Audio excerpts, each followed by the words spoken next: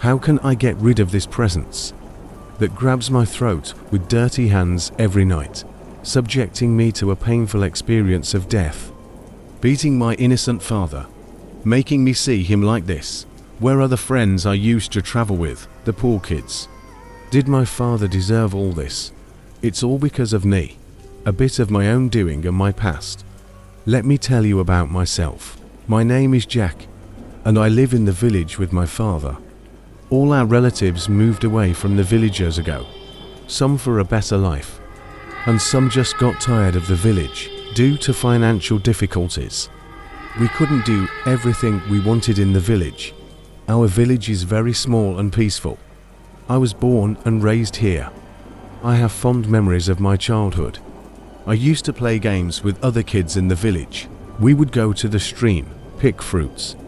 My favorite friend was Jack. He, too, was living with his father, just like me. Our mothers had passed away at a very young age. It was our fate. One of the factors that bound us even more. Because of this, we always supported each other. Our village had only one school, an elementary school. After attending that school, we had to take a bus to another village for middle school. I was very successful in middle school. My teachers always praised me, but to attend high school, I had to go to the city. My father didn't allow it because I needed to help him, and it would incur expenses. My father was a farmer in the village. Our land was not very large, but it was enough to sustain us. He was truly hardworking and honest. Everyone respected him, but sometimes we couldn't get along. He was very strict and firm with me. He couldn't understand that I had dreams and desires. I didn't want to stay in the village. I wanted to see bigger and more beautiful things, experience life, explore the world, meet new people, have fun and learn. But I didn't have the means to do these things. One day, a friend who had moved away from the village at a young age came to visit. As soon as I heard about his arrival, I ran to him, shouting Richard loudly, and hugged him tightly. I hadn't seen him in a very long time. I had only heard about his success since he left. I was both inspired and proud of him. Richard was also very happy to see us. His excitement was evident in his eyes. He had brought gifts from the city and shared his life there. The university he attended, the job he had, the places he visited, and the people he met. Everything seemed so beautiful and interesting. Richard offered us to come to the city as well. He said we could work together there and have a better life.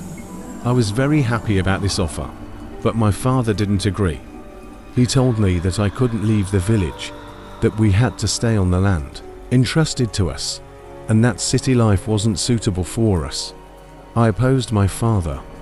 I told him that he didn't give me the right to live my own life, that he was imprisoning me and making me restless. We had a big argument, and we didn't talk much for a few days. He was silent like me, but this situation couldn't continue. Metin. One evening, my father called me to his side. We sat down, tears streaming from my eyes because opposing him had upset me. He took a deep breath and said, "Jack, no matter how proud I am of you, the most important thing for me is our land and our village. We were born and raised on this land. It taught us everything. Leaving our land means abandoning the legacy our ancestors left us.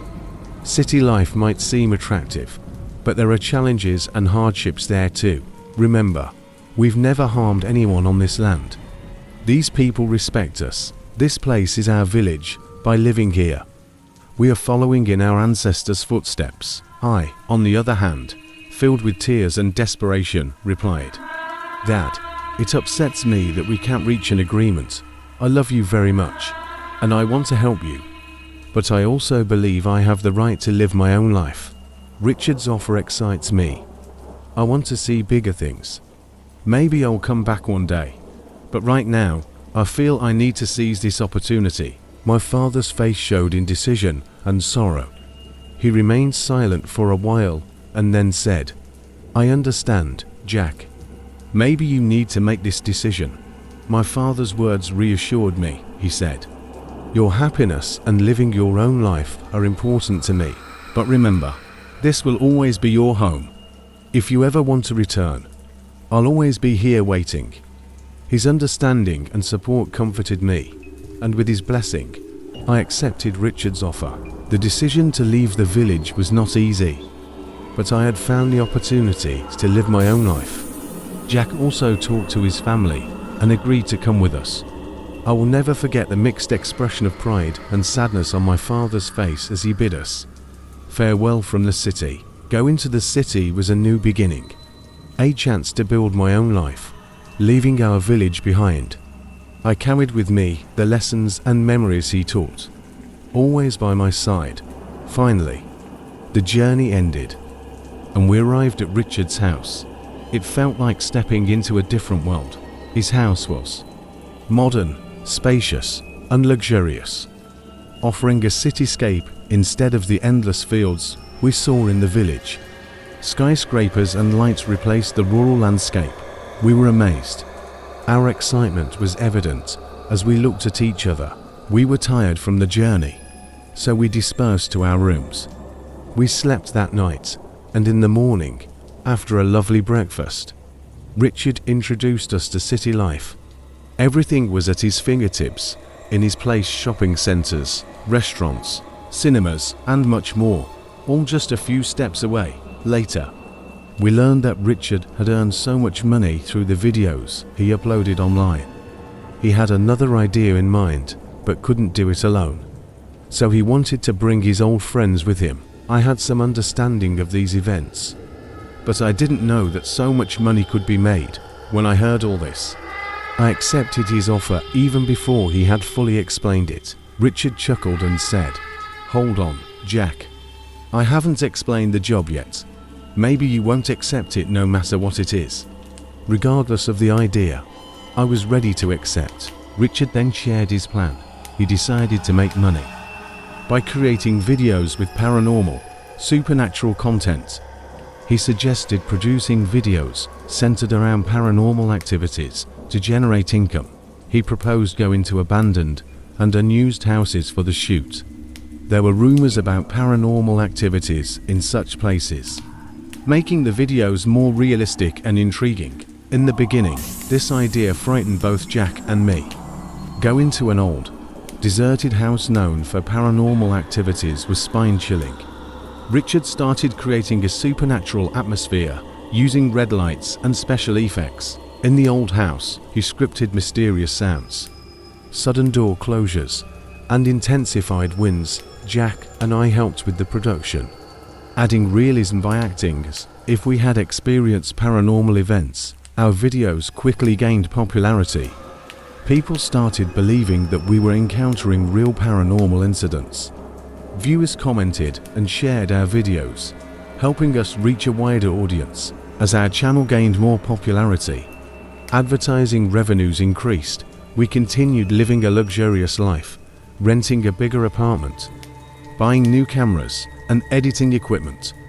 We dined in upscale restaurants and traveled to different places whenever we wanted. With each passing month, I became more accustomed to this life. I occasionally sent money to my father, whom I missed terribly. I longed to go back, but I couldn't bring myself to leave. One day, we went to a house deep in the forest, isolated with no other buildings nearby. We used to shoot videos fearlessly and then leave. But this time, I felt a strange fear the moment I saw the house. A senseless terror gripped my mind. We set up the cameras and entered the house. After the initial introduction, Jack went outside to create strange sounds and noises for the video. As he stepped out, the house, already in a decrepit state, seemed as if it would collapse at any moment. I got scared, and stones began to rain down from above. As he stepped out, the house, already in a decrepit state, seemed as if it would collapse at any moment. I got scared, and stones began to rain down from above. Jack, pretending to shake the camera, subtly made the door close. Richard, holding his camera, said, "I'll check the other room, you stay here." As I was filming around, the door suddenly slammed shut violently. Filled with fear, I dropped my camera. I was trapped inside the room, surrounded by deathly silence. Suddenly, I heard what seemed like someone's nails tapping on the wooden ceiling above. Faint creaking sounds began. I looked around, but there was no one in sight. I tried calling out to Richard and Jack, but my voice wouldn't carry. I attempted one last time, yelling in fear, hoping they would hear me. "If this is a joke," I immediately shouted, "open this door. I don't want to be here anymore. Stop the video and let me out." There was no response. The atmosphere in the room suddenly changed. A cold breeze started to fill the air, and my breath became visible in the chilling atmosphere. The darkness that fell into the room was impenetrable for my eyes, and a dreadful silence enveloped the space. Suddenly, in the corner of the room, a strange figure appeared. It resembled a human, but was not. Its body was misty and indistinct, yet it moved sharply and swiftly, emitting strange moans and whispers. I placed my camera on the ground and desperately retreated to the corner, waiting silently. Then, I attempted to escape through a broken window. Just as I was about to reach it, the wooden frame of the window burst into flames. I narrowly avoided being burnt. The smoke from the fire transformed into a haze, and countless shadows began to roam the room, whispering eerie sounds and occasionally chuckling wickedly. Feeling hopeless, I crouched in the corner, silently waiting. At one point, I tried calling out to Richard and Jack, but there was still no response. Fearing for my life, I began to pray and beg to be freed from this nightmare. Occasionally, the entities seemed to address children, but they remained silent. In that moment of realization that I might die, I became furious, especially at them. Just then, a loud explosion resonated from inside the house, and the entire building began to shake. It felt like the ground was slipping from beneath my feet. The massive door flung open, and the entities inside vanished. Amidst a violent gust of wind, another figure entered. This one was human-shaped. As it approached, I recognized its humanity. It came closer, as if about to say something, but the house trembled violently. Stones from above fell on us, and I found myself in a car, drenched in sweat, struggling to breathe. When I regained my composure in the car, I was met with the worried faces of Richard and Jack. They asked me what had happened. I told them about the terrifying experiences I had inside that house. When I regained my composure in the car, I was met with the worried faces of Richard and Jack. They asked me what had happened. I told them about the terrifying experiences I had inside that house. They didn't believe me. In fact, they started laughing, making fun of me. They insisted that the house was just an old, abandoned building, and there were no ghosts or supernatural beings inside. They even said that such things weren't real. However, my serious demeanor made them reluctantly accept my account. They decided not to enter the house after witnessing my distress. Richard seemed annoyed. He felt like our trip had been in vain. I wondered if what I had seen was a dream, or if there was a meaning behind these events related to our work. During the journey back home, I took a cold shower to calm myself. After the shower, I started to regain my senses. I nibbled on a few snacks before drifting off to sleep. As I lay in bed, I found myself pondering a strange dream I had. I must have slept well because I had no idea what time it was. Suddenly, my door creaked open, jolting me awake. It was James. He hurriedly approached me and said, "Jack, wake up. Richard is not in his room. I found this note." I quickly got up and went to see the paper he had left. The note read, "Since you guys are absent, I'll handle this alone. Don't follow me." With a heavy sigh, I began to prepare to go out. Meanwhile, Jack expressed his fear. "I'm scared, Jack. Can't we just leave it be? I really don't want to go." I felt a twinge of Richard's car keys were on the dresser. Did he take a taxi? I wondered. Ignoring Jack's pleas, I grabbed the keys and headed out. I got into the car and drove away. Jack's fear didn't affect me as much as my own. The desolate roads grew even lonelier. As I ventured onto a narrow forest path, my anxiety heightened. There was no light, no signs of life. Even the moonlight didn't penetrate through. I could only see what lay ahead with the car's headlights. The mysterious atmosphere of the forest, coupled with my solitude, made me increasingly uneasy. I was terrified, especially when I entered a secluded forest trail. There was not even a hint of light, nor any signs of life. I was left in complete darkness, illuminated only by my car's headlights. I started to feel more anxious, but I had to continue in search of Richard. I was getting close to that house. Suddenly, the car's headlights flickered and then went out completely. In the darkness, I could only see red eyes in the distance. They appeared each time the light flickered, and as it went out, the eyes approached me. The fear intensified. Finally, the lights died, and I was plunged into complete darkness. The car stalled on its own, and no matter how hard I tried, I couldn't restart it. I attempted to use my phone's flashlight, but the screen wouldn't respond. Paralyzed by fear, I couldn't do anything. I listened to the silence of the night for a long time. Then, I heard a strange sound echoing from. The sound was growing nearer, and it held a familiar meaning for me. It reminded me of the nightmare I had lived through in that room. In the pitch-black darkness, I strained my eyes to see, but there was nothing. Suddenly, a peculiar noise emerged from the depths of the forest, gradually approaching me. It carried a sense of dread, and was something I recognized from the horrifying experience inside that room. At that moment, I felt utterly helpless, unable to do anything. It was almost like whispers, the whispers that seemed to surround the car. Shadows were dancing around the car suddenly, and I started hearing noises on my car windows as if many hands were tapping from the outside. My heart began to race. I needed to gather the courage to get out of the car. I had to go to that house and get Richard. I swiftly opened the door, recited a prayer, and stepped outside. Everything was dark around me, but as soon as I stepped out, I felt those shadows, invisible to the naked eye, more intensely. For a moment, I gathered my courage and decided to walk towards that house in the depths of the forest, when I felt those whispers right next to my ear. Fear and panic overwhelmed me, and I started running in the forest. No matter how fast I ran, the whispers continued to follow me with every step. Breathing became harder, and my heart felt like it was about to burst out of my chest.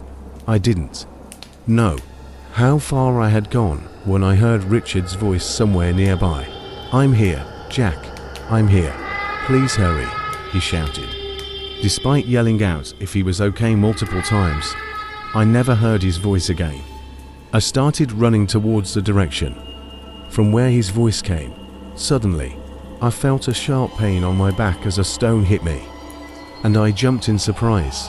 When I looked back, stones, whose origin I didn't know, were coming at me forcefully.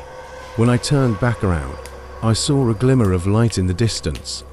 As I approached, I realized I had reached the house. The lights were on, and there were many people in front of the house. I unintentionally eavesdropped on their conversation. They were talking about the unfortunate old man. I wondered what he was doing in this cursed house at this hour of the night. As they passed by me, they stared at me, and once they were gone, they continued talking. I gently pushed the half-open door and entered. The voices I heard were coming from the room where I was trapped in my dream. When I walked in, I saw someone waiting there. When I looked closely, I realized it was my father's lifeless body. My God, what kind of ordeal is this? I thought. What does my father have to do with all of this? I fell to my knees and started crying beside my father's corpse. One of those people brought me a glass of drink and said, "Drink this, it'll make you feel better," without caring about what it was. I finished it in one gulp. It didn't take long for me to realize that something was moving in my stomach, as if worm-like creatures had settled in there and were crawling around. Then, a massive headache struck me, and I must have passed out. My phone's ringtone felt like sledgehammer blows to my brain, and I woke up under a heavy weight. I was coughing uncontrollably from the dust and dirt around me. The sun was slowly rising, and the sound of birds outside brought a sense of peace within me. I realized I hadn't woken up in my bed when I looked around. I understood where I was, and that this time it wasn't a dream. I quickly left the house. There was no one outside, and my stomach felt incredibly nauseous. At that moment, my father came to mind. I tried to console myself by thinking, at least that place wasn't real. When I checked my phone, I saw dozens of missed calls and hundreds of messages. Richard called when I answered, shouting, "Where are you? We've been trying to reach you 4 hours. We even went to the police. Your car is gone. Where did you go? Tell us. We'll come to you, or you come to us." I said, "I'm coming," and hung up, heading quickly towards where I had left the car. The world felt fake, like a lie. I started questioning my faith and life and death. I hadn't come here in my dream. I had come here of my own will, but it wasn't because of Richard. They were afraid for music. Richard didn't start talking. I interrupted. "I went to that house to get you." Jack woke me up in the middle of the night and said, "Richard is missing. He left a note." I hurriedly went to get you. Jack was listening with a puzzled expression. When I finished, he said, "What are you talking about, son?" He continued, "I got up to go to the bathroom at night. When I saw the light in your room was still on, I went in, but you weren't there. Your room was a mess, and I found a note on your bed. It said, 'Forget me.' That's when I woke up Richard, and we tried to call you, but we couldn't reach you. You took the car, too. What are you telling us? Are you messing with us?" Richard remained silent. He didn't comment on what both of us were saying. "Let it be as you say," I said at that moment, and dropped the subject. Feeling extremely tired and weak, I went back to my room. It was really messy. Most of my personal belongings were scattered all over the place. The note Jack mentioned was on the table, indeed saying, "Forget me." My stomach started churning again. I rushed to the bathroom and struggled for about 10 minutes before finally vomiting. I vomited what seemed like abnormal substances. I had vomited a pitch-black liquid along with some worms from my stomach. And they were still alive. They disappeared when I flushed them down the toilet. Then, I called my father. His voice was clear, but I needed to do something different. I wanted to clear my mind, and I had some money. I decided to go to the village and rent a house for a week.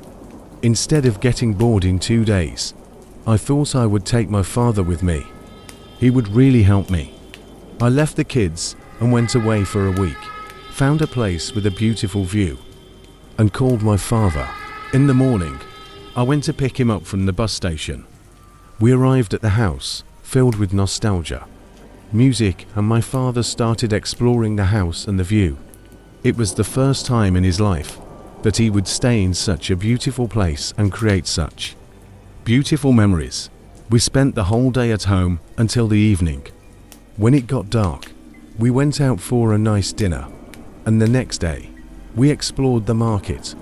My father did some shopping for himself, and I'll never forget the proud look he gave me. When we came back home, I glanced at what he had bought. He had stolen some tools for the village work. Later, my father started to get bored, telling me to go back. His strange behaviors started to make me uncomfortable. One morning, he put the eggshells from the breakfast we had in a bag and hid it in his suitcase.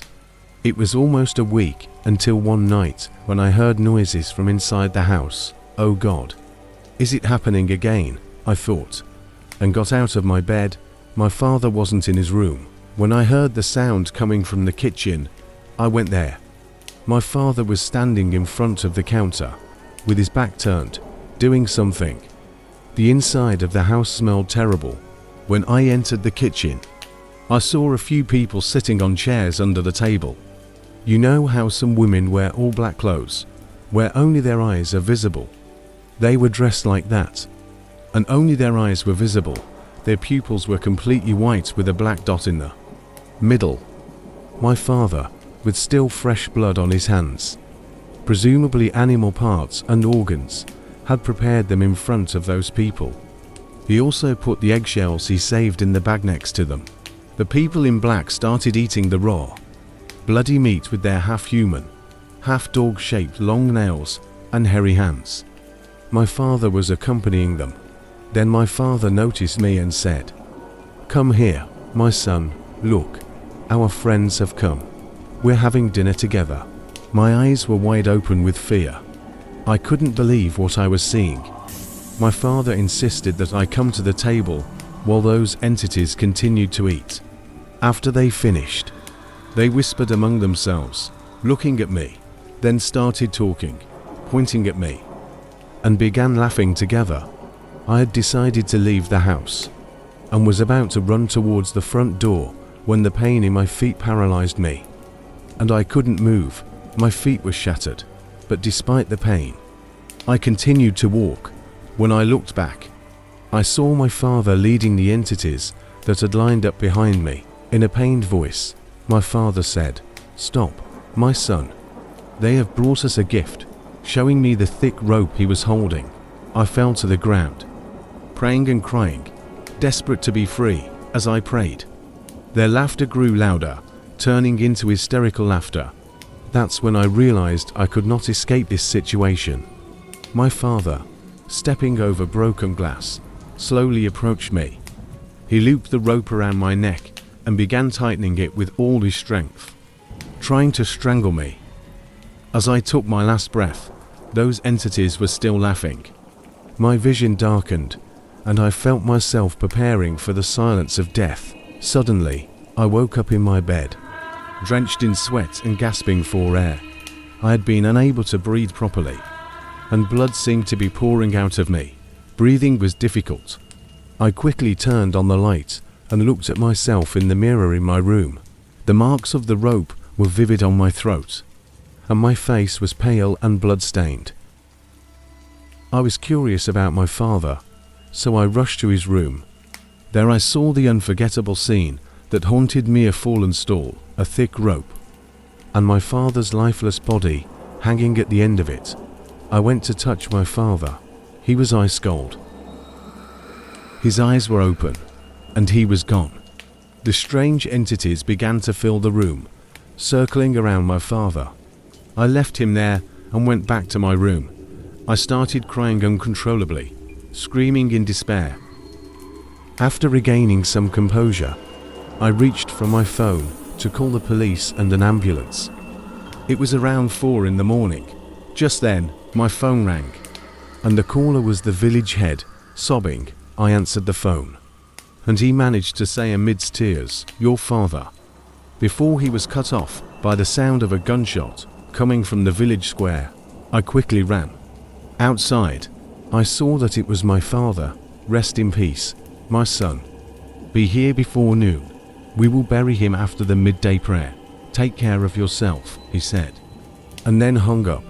As soon as I hung up, I rushed into my father's room. It was empty. There was no sign of the earlier scene or those entities. I checked the wardrobe. There were no clothes. I looked into the kitchen. Everything was in order, just as it used to be. Confused and not knowing what I had experienced, I left the house. I went to the children, telling them that my father had passed away. Then I planned to go to the village. I tried calling Richard and Jack, but I couldn't reach either of them. Deciding to go to the village alone, when I arrived, I saw my father lying in the cemetery, motionless in his coffin. I realized the truth. My father had never come, and I hadn't spent those days with him. I had witnessed my father's death with my own eyes last night. I couldn't understand why I had seen and experienced these things in this way. After we buried my father, I sat by his grave for a long time, asking him why I was going through these things, what secret was behind it. I looked around. There was no one left. Neither Jack nor Richard was with me. After waiting for a few hours, I tried calling them again, but still couldn't reach them. I went to their families' houses and asked. They had no news either. I was completely alone. After my mother, my father had also left me, leaving everything behind. I returned home, leaving everything behind. But Richard and Jack had packed up and left. I couldn't reach them. They had left no trace behind. They didn't post any videos on the channel after that day. I managed to sustain my life with the last bit of money I had, but when it ran out, I had no choice but to find a job and start working. I didn't want to go back to the village. The nightmare was still ongoing. The person from that house would come at night, torturing me and pressuring me to kill myself if I died. My death would be at their hands.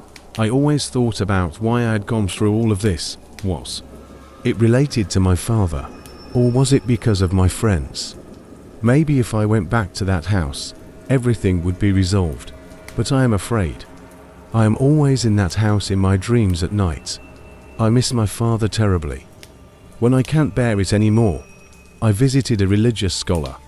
When he looked at me, he said, "Only Allah can save you," and sent me away. I didn't trust him. I went to others, but they all said the same thing. Perhaps it was true. Maybe only Allah could help me. Everyone else had deserted me. I hope to die a natural death in my life. I don't want to go to Allah, my only helper, with a grave sin like suicide, if I die.